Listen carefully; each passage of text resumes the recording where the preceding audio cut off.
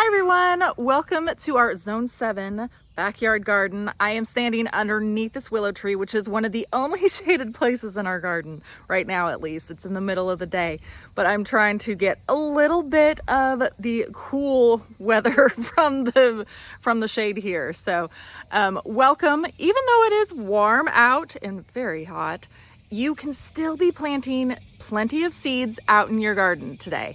And I'm gonna go over 10 seeds that you can still plant in your backyard garden here in July. So while I'm only covering 10, there are definitely more plants that you can be starting by seed this month. So check out the Seed to Spoon app if you haven't already. Check under the Plant Now section because it will show you all of the things that you can get started this month in your area. All of it will have customized dates just for you and your location. First on the list is beans. Whether it be bush beans or pole beans, you can definitely be planting those out this month. In fact, I like to stagger my plantings of beans, especially bush beans, so that way I can be getting harvests at different times of the month and of the year. And I'm standing right here behind one of my favorite ways to actually grow beans, which is actually on this pole bean tower. And I'm growing some Orient yard-long beans, which are so amazing. I absolutely love them. But they're on this tower right here behind me, which is a garden bean tower from Park Seed. It was super easy to put together and I can grow so many beans just in one space. I love it. But beans are definitely something that you can be looking at starting by seed this month. Number 2 on my list is actually summer squash. It actually grows pretty fast, and this is one I love to stagger my plantings as well because there's so many pests that you can sometimes deal with, and you can sometimes lose a squash out of nowhere. So I like to always be starting new rounds of my summer squashes, and I have one right here. I have a couple others going over here, and I'm still starting them by seed even this month. I'm gonna be planting a whole lot more summer squash.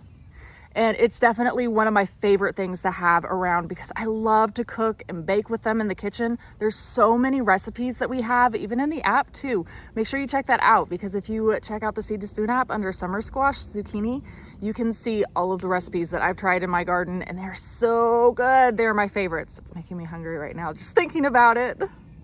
Number 3 on my list is cucumbers. I am a huge fan, so especially the cucumbers that are smaller, those will grow a lot faster for you and you'll be able to harvest them a lot sooner if you're worried about the timing for them.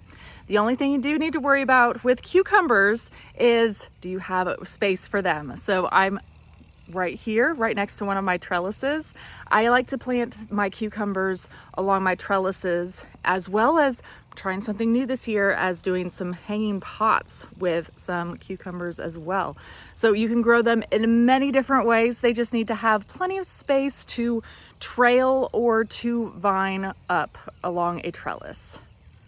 Okra is another seed that you can be starting this month, even in July. Now this is going to be ideal for those zones that get quite a bit warmer in the summer. So probably like zones at least 7 and above, but they will thrive for you in the warm summer temperatures. So planting them this month will be perfect for you.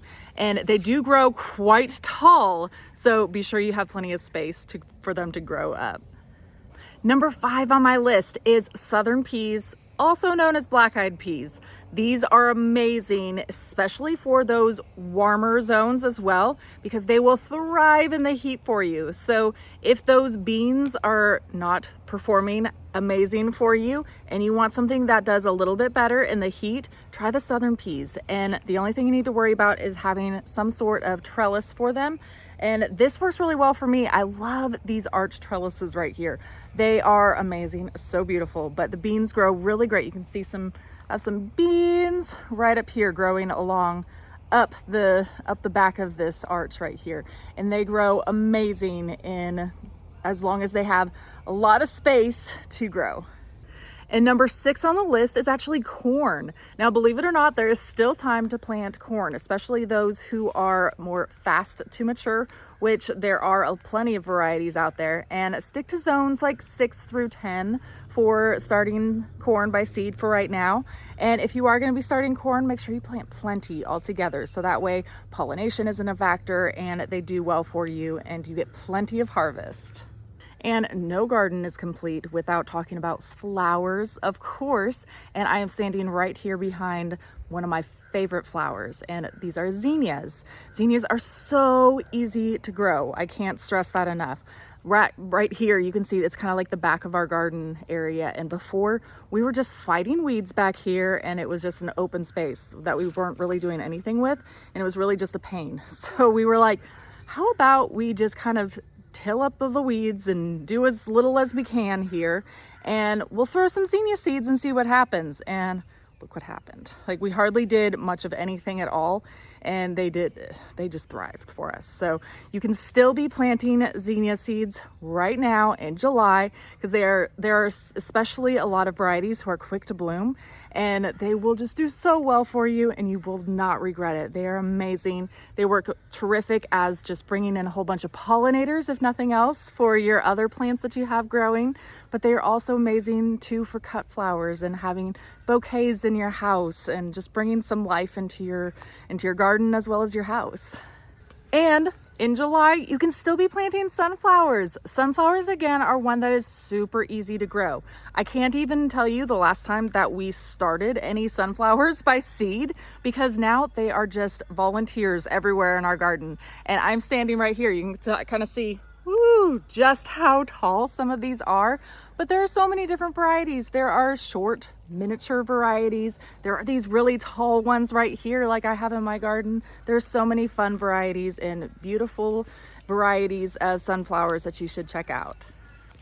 And these sunflowers are terrific not only for bringing in pollinators, they also work for like pole beans too, and squash and things like that.